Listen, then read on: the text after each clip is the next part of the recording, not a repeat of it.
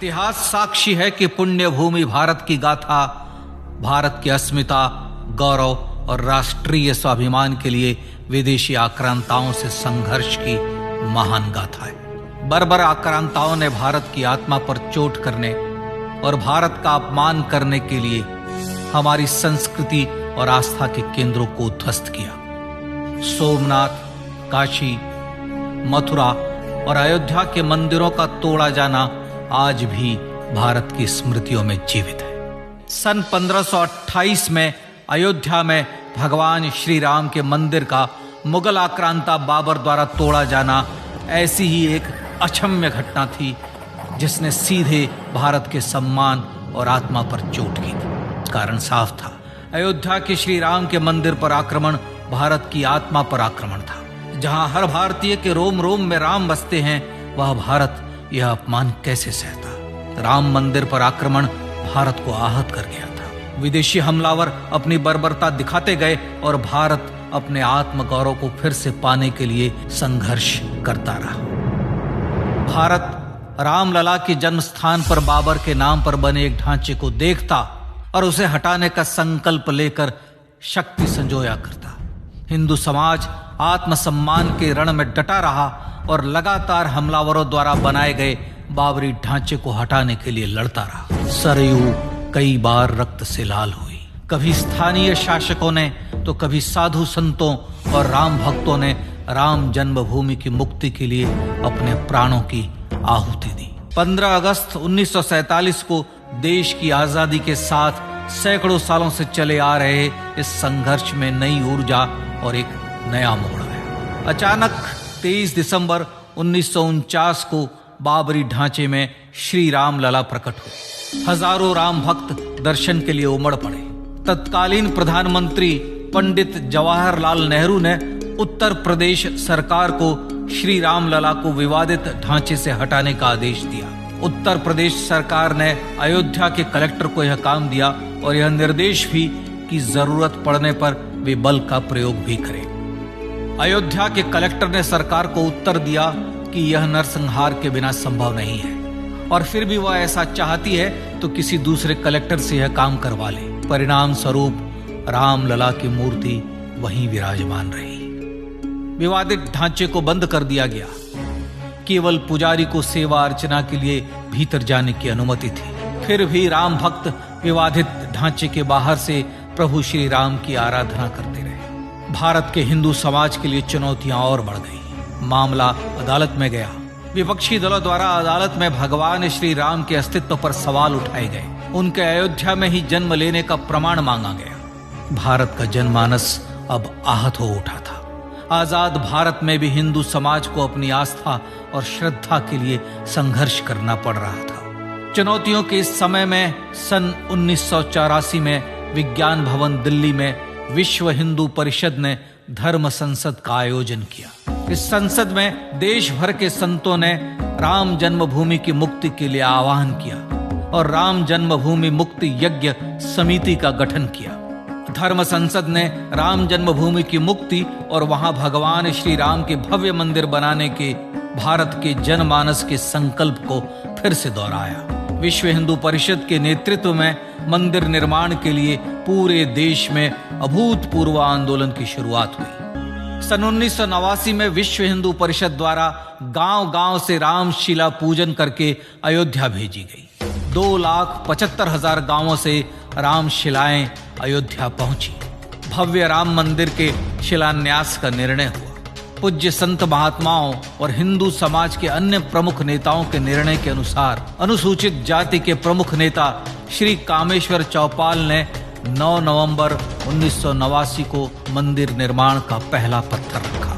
राम जन्मभूमि पर मंदिर निर्माण के लक्ष्य की पूर्ति के लिए सन 1990 में सोमनाथ से अयोध्या के लिए श्री लाल कृष्ण आडवाणी ने रथ यात्रा की शुरुआत की। देश में जन भावनाओं का ज्वार उमड़ने लगा। श्री लाल कृष्ण आडवाणी के रथ यात्रा के साथ साथ मंदिर के लिए जन समर्थन बढ़ने लगा और छद्म सेकुलरवाद बेनकाब होने लगा।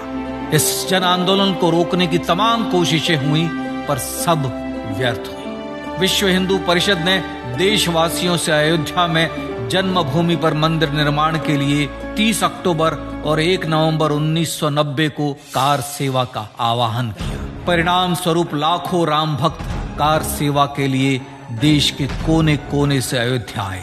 इससे देश की एकात्मता का विराट दर्शन हुआ। कार सेवकों को रोकने के लिए उत्तर प्रदेश के तत्कालीन मुख्यमंत्री श्री मुलायम सिंह यादव ने अयोध्या में परिंदे को भी पर न मारने देने की घोषणा की। स्थितियां गंभीर हो गई। अयोध्या से 200 किलोमीटर दूर रेलगाड़ियां रोक दी गई। अयोध्या युद्ध भूमि बना दी गई। मार्ग बंद, रेल बंद, चप्पे चप्पे पर पुलिस। अयोध्या सैनिक छावनी में बदल गई। राम के गीत गाते, होठों पर हंसी और पांव में छाले लिए राम काज के लिए राम भक्त देश विदेश से अयोध्या पहुंच ही गए। कार सेवकों पर गोलियां चली। अनेक कार सेवक शहीद हुए। आजाद भारत में जन्मभूमि पर राम मंदिर के लिए कार सेवकों ने फिर एक बार अपना बलिदान दिया, पर कार सेवकों ने विवादित ढांचे पर भगवा फहरा ही दिया और इस तरह कार सेवा सफल हुई। श्री राम जन्मभूमि आंदोलन ने भारत की सुप्त आत्मा को झकझोर कर जगा दिया था। विश्व हिंदू परिषद ने फिर एक बार 6 दिसंबर 1992 को कार सेवा का आह्वान किया। राम भक्तों को कार सेवा करने देने के लिए अदालत में प्रार्थना की गई, पर अदालत ने कोई निर्णय नहीं दिया। परिणाम स्वरूप बौद्ध, जैन, सिख, स्वामीनारायण संप्रदाय, गायत्री परिवार, हर पंथ मत विचार के हिंदू एकत्र हो गए। छूत अछूत का भेद मिटा, जाति की पहचान मिटी। हम सब हिंदू, हम सब सिंधु बन गए। राम सिंधु में ज्वार उठा और देखते ही देखते 6 दिसंबर 1992 को श्री राम जन्मभूमि से बाबरी ढांचा सदा के लिए हट गया।